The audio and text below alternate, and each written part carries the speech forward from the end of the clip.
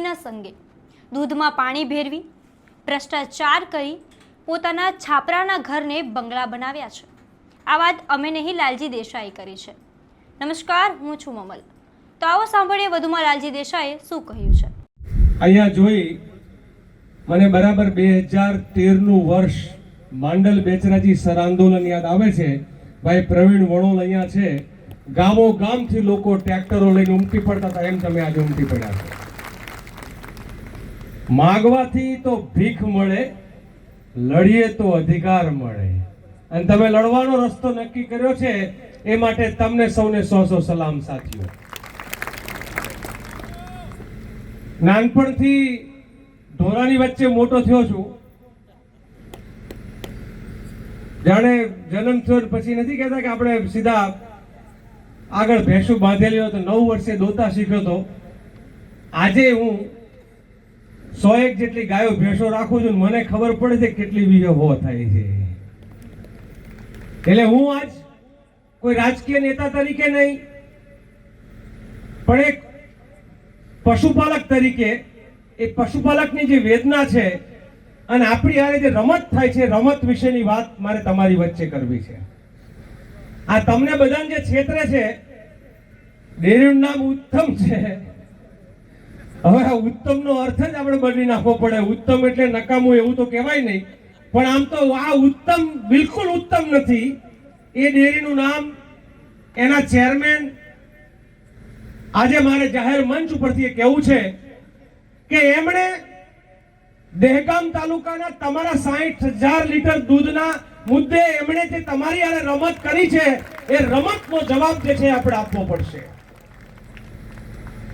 એ ભાઈને, એમના સંગઠનને અને ઉત્તમનો જે આખો સંઘ છે, એ સંઘ, એના અનેક ડાયરેક્ટરોને મેં પાણી અને દૂધનો ભેગો વેપાર કરતા મેં જોયેલા છે, અને છાપરામાંથી બંગલા બનાવતા મેં એમને જોયા છે। એ વિરમગામ તાલુકાના એ ડાયરેક્ટરો કે જેની પાસે ખાવાનું ધાન નતું, આજે એ લોકોએ 200 એકર જમીનો ખરીદીને મોટા મોટા જે છે એ લોકોએ પોતે પોતાના સમાજને પોતાની રીતે વિકસાવી દીધું છે। અને અત્યારે એમને ભાગ બટાઈમાં વાંધો પડ્યો એટલે અત્યારે એ ડાયરેક્ટરને પાછા હામહામાં છે। મૂળ વાંધો શેમાં હતો?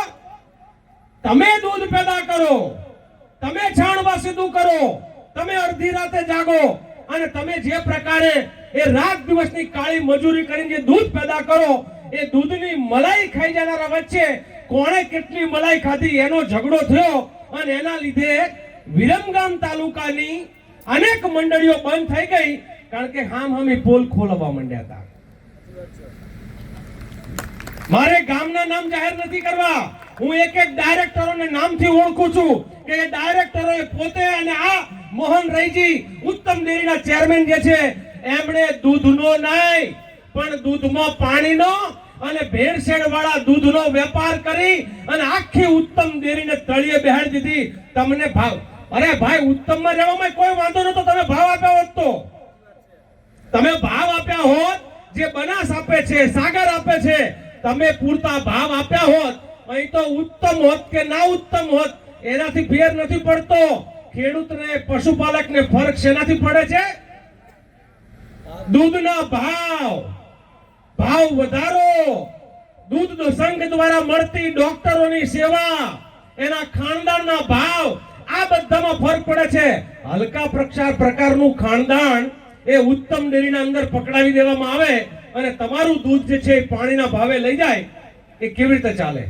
એક ફેટે 50 થી 60 70 પૈસાનો ફરક એક ફેટે।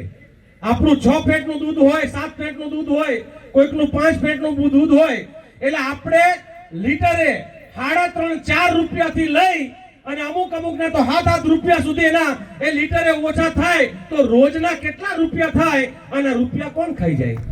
લાલજી દેસાઈની વાતથી તમે કેટલા સહેમત છો? કોમેન્ટ કરીને એમને જરૂરથી જણાવજો। અત્યાર માટે બસ આટલું જ। ધન્યવાદ।